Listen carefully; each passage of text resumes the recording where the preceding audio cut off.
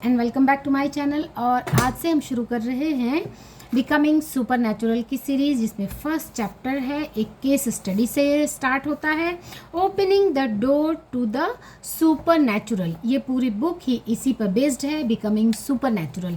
यानी आपको ये 3D से 5D में शिफ्टिंग सिखाती है। और ये स्टार्ट होता है एक केस स्टडी से। एना विलियम्स 2007 जून की ये स्टोरी है कि अचानक से उसे याद आता है अपने हस्बैंड के बारे में कि अभी वो कहाँ है। उसे याद आता है कि अभी हस्बैंड अभी तक नहीं आए, और तब अचानक से वो सोचने लगती है कि आज उसके हस्बैंड ने सिर्फ कुछ ज़्यादा बातें नहीं की और वो चले गए। फिर वो फ़ोन लगाती है, फ़ोन पे कोई रिस्पॉन्स नहीं आता है।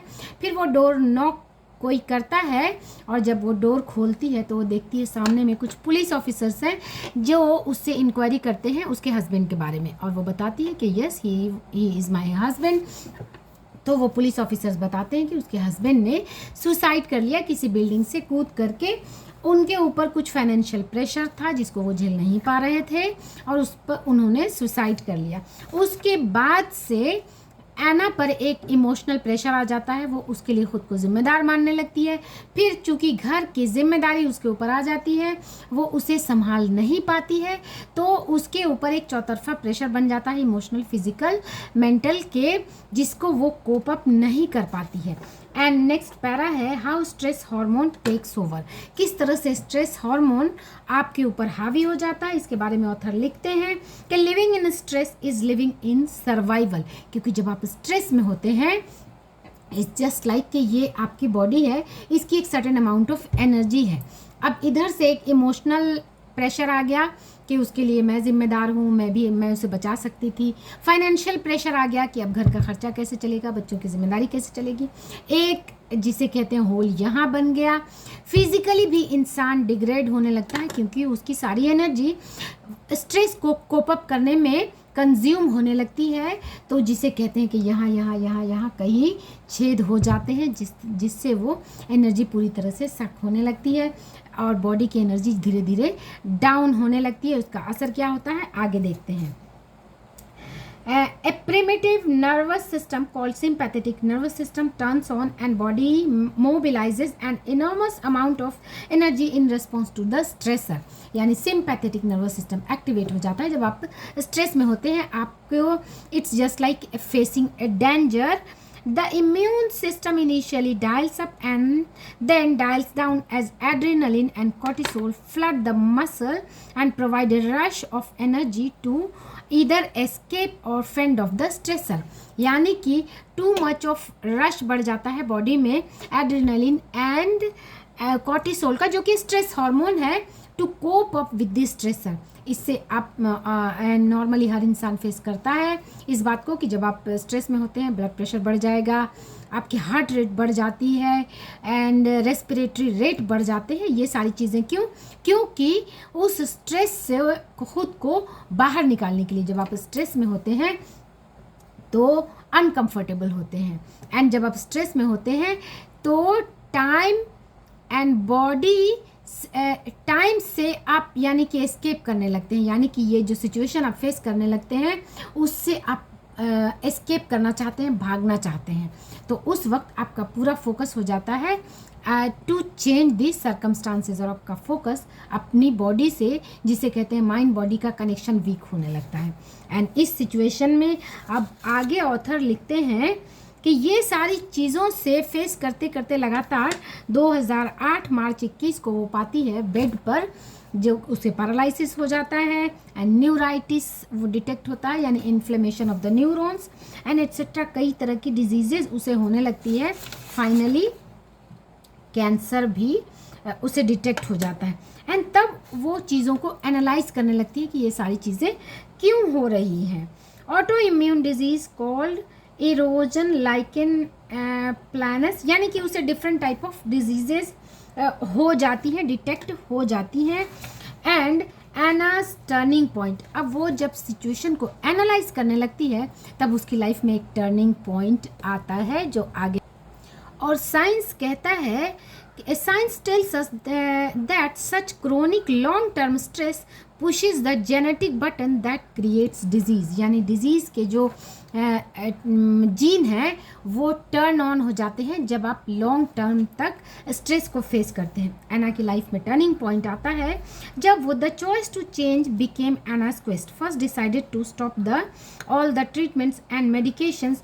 वो इस बात को अब समझने लगती है कि ये सारी चीज़ें ये तो मेरी क्रिएट की हुई है, तो जब मैंने क्रिएट किया है तो मैं इसे अनक्रिएट भी कर सकती हूँ. ये उसके लाइफ का एक डिसाइसिव मोमेंट आता है. देन वो डिसाइड करती है कि मैं बहुत सारी चीज़ों को जो फिज़िकल इलनेस के लिए उनको मैं स्टॉप कर दूँगी. ऑल्दो वो एंटी डिप्रेसेंट्स लेते रहती है. अब एना डिसाइड करती है कि a firm intention to change herself and her life and the amplitude of the decision carried a level of energy that caused her body to respond to her mind. जब उसके mind ने ये decide कर लिया then उसकी body अब उसके according react करना यानी रिस्पॉन्ड करना शुरू कर देती है. वो लिखती है कि if I created the life I have now, including my paralysis, my depression, my weakened immune system, my ulceration, and even my cancer, maybe I can uncreate everything with the same passion I created with it. ये कितना अच्छा sentence है कि जब उसने disease को create किया ये काफ़ी पैशनेट होकर उसने क्रिएट किया. कहने का मतलब, पैशनेट होने का मतलब कि विथ फुल ऑफ इमोशंस. उसने जो स्ट्रेस को फेस किया वो पूरे इमोशंस को उसमें उसने डाला, तभी इस सिचुएशन में वो पहुंची कि उसे डिप्रेशन हो गया, पैरालिसिस एंड अल्सरेशन एट्सेट्रा बहुत सारी चीज़ें हो गई. एंड देन उसे समझ में आया कि पूरे पैशन के साथ जब मैं इस डिजीज़ को क्रिएट कर सकती हूँ तो जब उतनी ही पैशनेट मैं खुद को हील करने के लिए हो जाऊं तो मैं इसे अनक्रिएट भी कर सकती हूँ. And with that potent new understanding Anna decided to heal herself. इस फर्म डिसीजन के बाद एना ने खुद को हील करना decide. She learn that genes don't create disease, instead the environment signal the gene to create disease. तब उसे समझ में आया कि एनवायरनमेंट जीन को क्रिएट करने के डिजीज़ को क्रिएट करने के लिए जीन को ट्रिगर करता है. And I understood that her emotions were chemical consequences of expressions in her environment. If she lived every day with the same emotions from the past, she was selecting and instructing the same genes. यानी इसमें turning point ये आता है कि जो past के emotions और feelings जिसने कि इस डिजीज़ को क्रिएट किया उसे अब रिवर्स करना पड़ेगा, तभी ये डिजीज़ अनक्रिएट होंगी. Ana grabs a hold of possibility. यहाँ पे कुछ 2-3 टर्म्स है जिसका जिक्र बुक में किया गया है. एक तो है लीनियर टाइम, एक है क्वांटम फील्ड. तो इन दोनों चीज़ों को समझते हैं कि लीनियर टाइम क्या है. लीनियर टाइम जिसे हम कहते हैं यानी कि उसे डिप्रेशन हुआ, डिप्रेशन के बाद फिजिकल पर लेवल पे उसे इफ़ेक्ट्स दिखने लगे. अब लीनियर टाइम क्या बताता है कि ये जो डिज़ीज़ उसने क्रिएट किया जिसे कहते हैं डिजेनरेटिव डिज़ीज़ जो है वो धीरे धीरे अब उसकी बॉडी को वीक करता जाएगा. आज जो हुआ उससे अब वो कल ऑब्वियसली ज़्यादा वो चीज़ें बढ़ती जाएंगी. ये हुआ लीनियर टाइम. अब नेक्स्ट आता है क्वांटम फील्ड. क्वांटम फील्ड कहता है कि एवरी टाइम एवरी मोमेंट में देयर इज़ इनफाइनाइट पॉसिबिलिटीज़. यानी कि कोई ज़रूरी नहीं कि ये लीनियर टाइम होता है कि जैसे कि हमने अब जर्नी शुरू की मुंबई से पूना की तो इतने 1 घंटे के बाद हम कहाँ होंगे. इट्स कम्प्लीटली प्रेडिक्टेबल, डिस्टेंस और टाइम को कैलकुलेट कर ले तो. लेकिन क्वांटम फील्ड कहता है कि इसी मोमेंट में सारी पॉसिबिलिटीज़ मौजूद है. यानी कि ये ज़रूरी नहीं कि आज डिजीज़ है तो कल वो बढ़ेगा या और डिजेनरेशन होगा. उसे हम रिवर्स कर सकते हैं, हील कर सकते हैं. कैसे कर सकते हैं?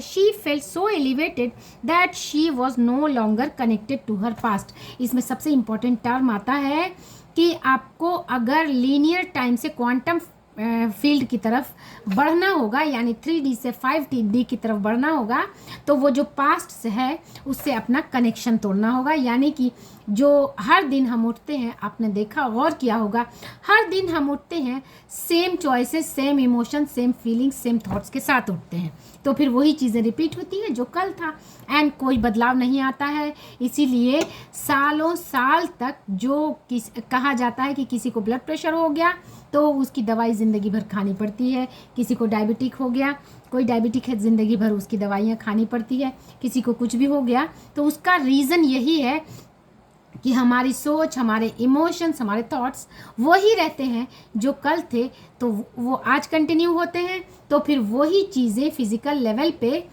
कल भी रिपीट होंगी जो कि आज थी और चीज़ें नहीं बदलती। इसे बदलने के लिए अपने पास्ट से खुद को डिस्कनेक्ट करना होगा, यानी और ये कैसे होगा, ये थॉट्स और इमोशंस के लेवल पे आपको थॉट्स को कम्प्लीटली कट करना होगा जो कल थॉट्स थे।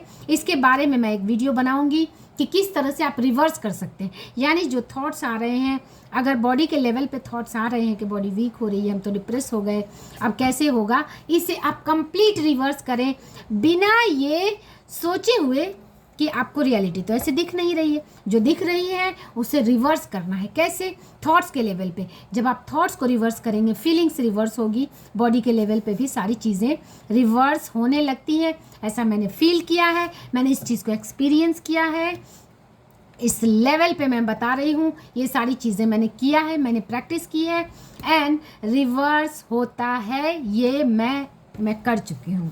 एंड इस एक्सपीरियंस से, और इसीलिए मैं डिले कर रही थी इसके वीडियो बनाने में, ताकि मैं उसको फील कर सकूँ कि ये कितने लेवल तक काम करता है। ये 110% काम करता है। Anna's doctor gave her very thorough medical checkup that included many different tests.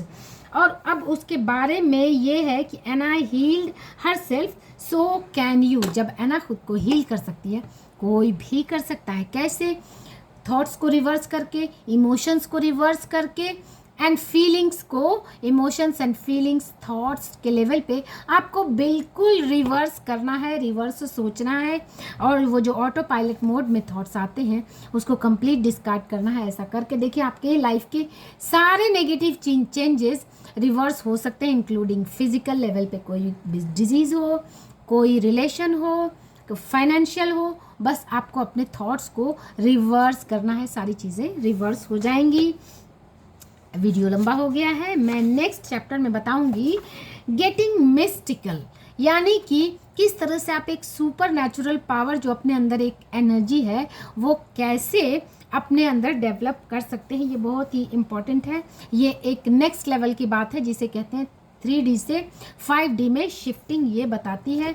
ये मैं नेक्स्ट वीडियो में बताऊंगी। आज के लिए इतना ही कि you can heal each and everything related to your physical level by just reversing your thought and cutting that thought जो कि पास्ट के हैं। कल के थॉट्स को आपको रिपीट बिल्कुल नहीं करना, उसे कट कर देना है। जैसे कि अगर ये डाली है तो इसे कट करना, थॉट्स आए उसे कट करिए, फिर थॉट्स आए उसे कट करिए, फिर थॉट्स आए उसे कट करिए, एंड उसमें नए थॉट्स के बीज बोते जाइए जो बिल्कुल रिवर्स हो, जो बिल्कुल आपको अटपटी लगे, जो बिल्कुल ऐसा लगे। फॉर एग्जाम्पल, जब मैं कभी लो फील करती हूँ तो मैं कैसे अफर्मेशंस देती हूँ, I am so energetic, I am so healthy, I am heeled now.